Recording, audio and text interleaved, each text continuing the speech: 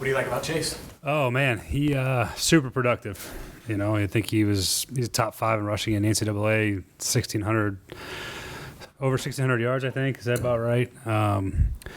Really productive. Got great vision, great patience. He's got good speed, good burst. Just a really good ball carrier. Really high character, top level style of personality. Really intelligent.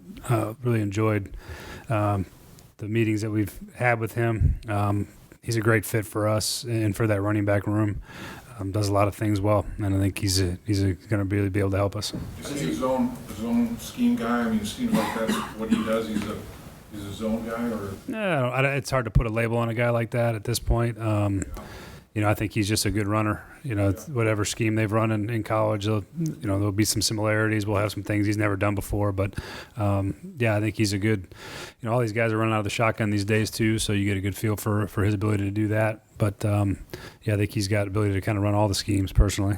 How does he project as a pass blocker again? We'll see. There's not this limited tape on pass protection on some of these guys. Again, you just try to hope you find a guy that is willing to do that. He's smart enough to understand the scheme and where that fits for him and how his role in it. But I think that's always an area for young backs that have to come in and earn that right to be able to protect. And he's going to be no different. He'll have to learn it and figure it out as he goes, and hopefully he can ascend into a role that's helpful in protection. But nothing that says that he can't do it. How do you guys see him being paired with Joe Mixon in the backfield? Yeah, I mean, we just need guys that can carry the ball. You know, Joe can't take every rep, and he's been a productive ball carrier, so he'll be able to spell Joe when he's needed.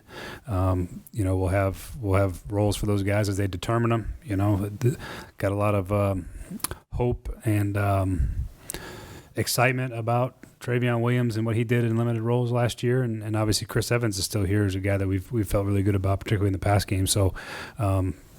As competition, as depth, as a guy that can carry the ball, it's proven effective, and those guys they'll be battling it out for that third back on game day. how is he? The combine, you need to get more explosive, specifically in running. His skill set allow that particular part of what you're trying to get. Yeah, absolutely. I think that's what drew us to him in the first place. That's why we felt really good about him. And at this spot, there's a handful of good backs still left out there that we like, but he's got great production. He's got good speed, and he's been able to make miss and make long runs, and that part was attractive about his tape. What about catch out of the backfield? Does he get pretty good ability to do that? Yeah. I mean, it's a skill that we test these guys' route trees and everything that says on tape. He'd be an effective pass catcher. He's still, I think, a better runner than he is a catcher at this point, but he's got the skills to perform in the passing game. Justin, what has stuck out about his qualities and on tape and meeting him that you think would be a good fit here? Yeah, I mean, just like Brian said, you see his speed, you see vision. He's got good patience as a runner. He's a really good ball carrier. But to me, what stood out to me, what separated him from everybody else to me was when you have a conversation with him, he's an extremely high character guy, really high football IQ. He was honestly one of my favorite guys to meet with throughout this whole process at the combine and in Zoom meetings. Afterwards as well. He's just an all-around great football player. I think he's going to be a great fit in the locker room, obviously a great fit in my room. But you have a conversation with him, you know right away he's about his business. He's a football guy, extremely high character. And selfishly as a coach, that's the type of guy you want to work with. So I think he'll be a great addition.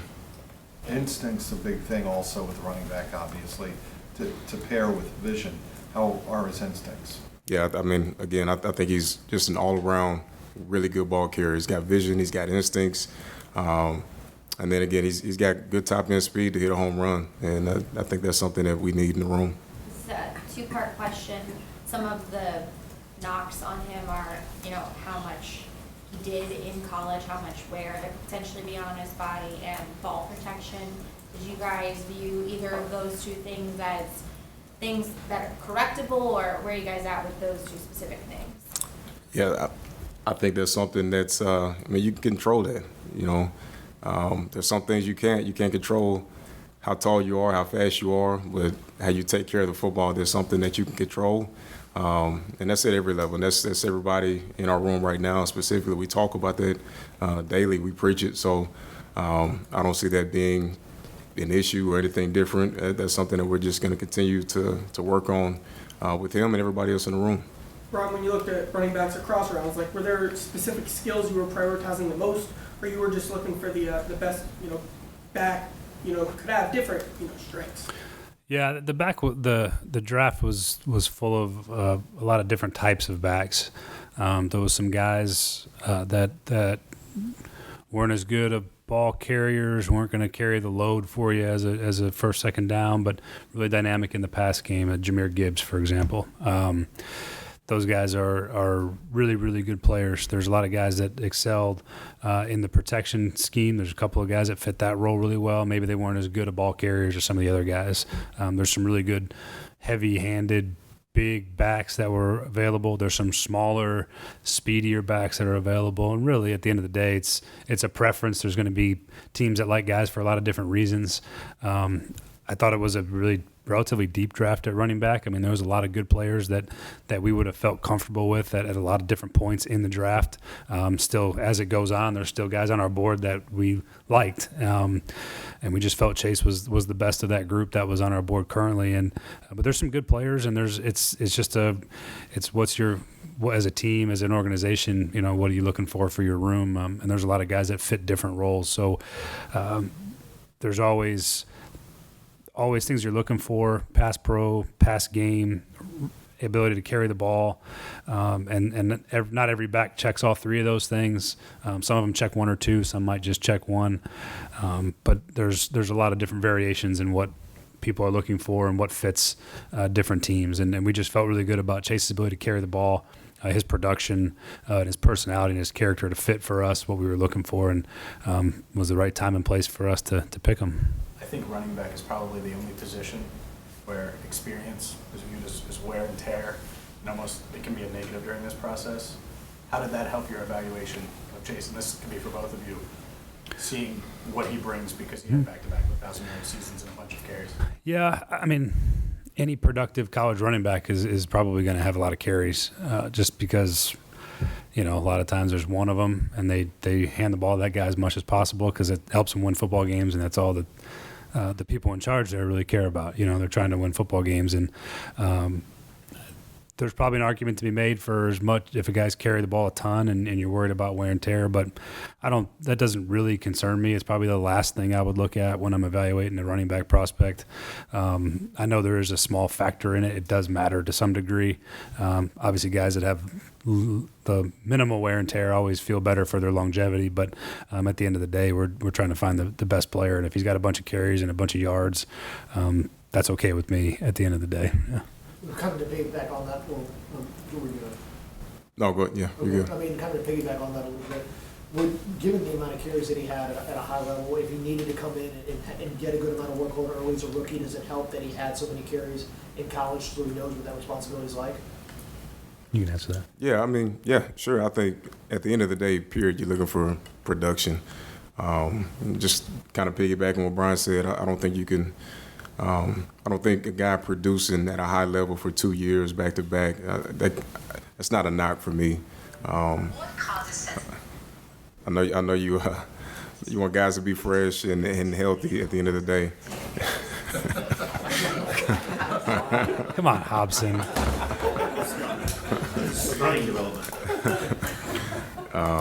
No, but I think the level of production that he's had in back-to-back years, that's just gives us confidence that we know he can come in and do it. Justin, like Brian was talking about different types of running backs earlier, it seems like, is he the kind of Chase, the kind of guy that like complements with a little bit of a different skill set to what Travion and Chris have? Yeah, I think some of that is going to be, still to be determined in training camp and OTAs and preseason. But, yeah, I think everybody's got their own role. Everybody excels at one thing. And obviously you want to have a guy or a couple of guys that excel at as many things as possible. I think he's a guy that ascends possibly to be one of those guys. He's a really good ball carrier. Any college running back coming into the league, pass protection is going to be the knock. They've got to learn it, figuring out protections and third down looks and all this stuff. It takes time, so I don't think that's as big of a knock as what it may seem. But yeah, I think I'm excited to see what he can do and how he ascends in the offense. Justin, at first glance, it apparently he had the best vertical jump and broad jump at the combine. How do those test scores equate to what a player can do at the running back position based off your experience playing the position? No, yeah, I think when you see his numbers at the combine and you watch the tape, it makes sense because he's explosive. I mean, you see I think it was a 40-inch vertical. You also see, his shuttles and his 225. Like he's got some twitch to him. He's got strength. He's got good top end speed. And you turn on the tape and you're like, yeah, that makes sense. I see it. It shows up. That's what you want to see. You want to see a guy who tests well.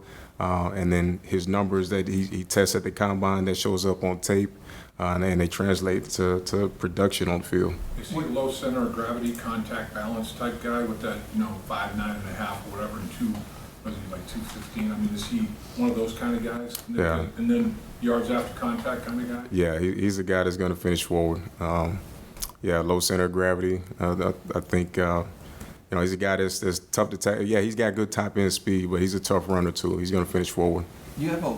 Brian, you feel you have a lot of different style running backs in that room now? Mm-hmm. Yeah, I do. I like the makeup of the room. I knew we needed to add one at some point during the draft, and weren't sure what that was going to look like or where that was going to be. Obviously, had high regard for Chase, kind of all the way through the process. It turns out that he was there at the right spot for us. But I like the makeup of the room in general. I think we have guys that have a nice blend of NFL experience. Obviously, I mean, Joe Mixon's been a fantastic player for a lot of years now, so what Joe brings to the table. Travion, I think, is an ascending player. I think we've invested a lot of time and energy in the Travion. I think he's made the requisite improvements, and that when he had opportunities last year, he performed well. So hope to see as he gets more opportunities to perform even better. Same thing with Chris Evans. Chris has been a little bit of a limited role player for us as a pass game running back, but he's got great hands. He's got really good ball skills as a back out of the backfield, and hopefully we'll see some improvement as a ball carrier in these games in the preseason, and for a chance to him to make a push too. So it's a room that's got some diverse skill sets, guys that got a lot of different ways to do the job, and I think that we have guys that have been productive in their careers as well. Travion led the SEC in rushing 2 years in a row, I think. So we got guys that know how to do the job, and I'm excited about that. You mentioned the pre-draft process. How much did you interact with them, or sit down with them specifically? Between Justin, I mean, how many you had? What? You had the combine and then Zoom meetings. Yeah, Zoom meetings. Mm-hmm. Yeah. Did you have any one-on-one with them? One-on-one, no. Mm-hmm. Nope. With the way too many guys for me to stay on top of. Like with the way the roster looks right now, like P-Ryan was more than a third down back, but he was your third down back last year. With the guys you have, do you see a specific third down back? Will it be a rotation? Kind of how do you see that? We're gonna find out. That's kind of the fun part. Samaje was proven. He was proven in that role. He was proven as a protector. He's a very experienced football player, and that's, I think, evident by the fact that there was places that wanted him to ultimately be almost a starting caliber back for him in Denver. And so he earned that right, but he performed well in that role. He earned that contract, that ability to have that playtime increase for him as he saw it. So hard to replace that player with guys that haven't done what he's done. So we have guys that are a little bit unproven in that regard. Obviously, Chase is coming in as a rookie. Travion's got limited reps. Chris has limited reps. So it's going to be it's work in progress, and we're going to have to find that guy, and someone's going to have to step up and rise to that occasion for us. And we believe that they can. We got the guys in the room that can do it.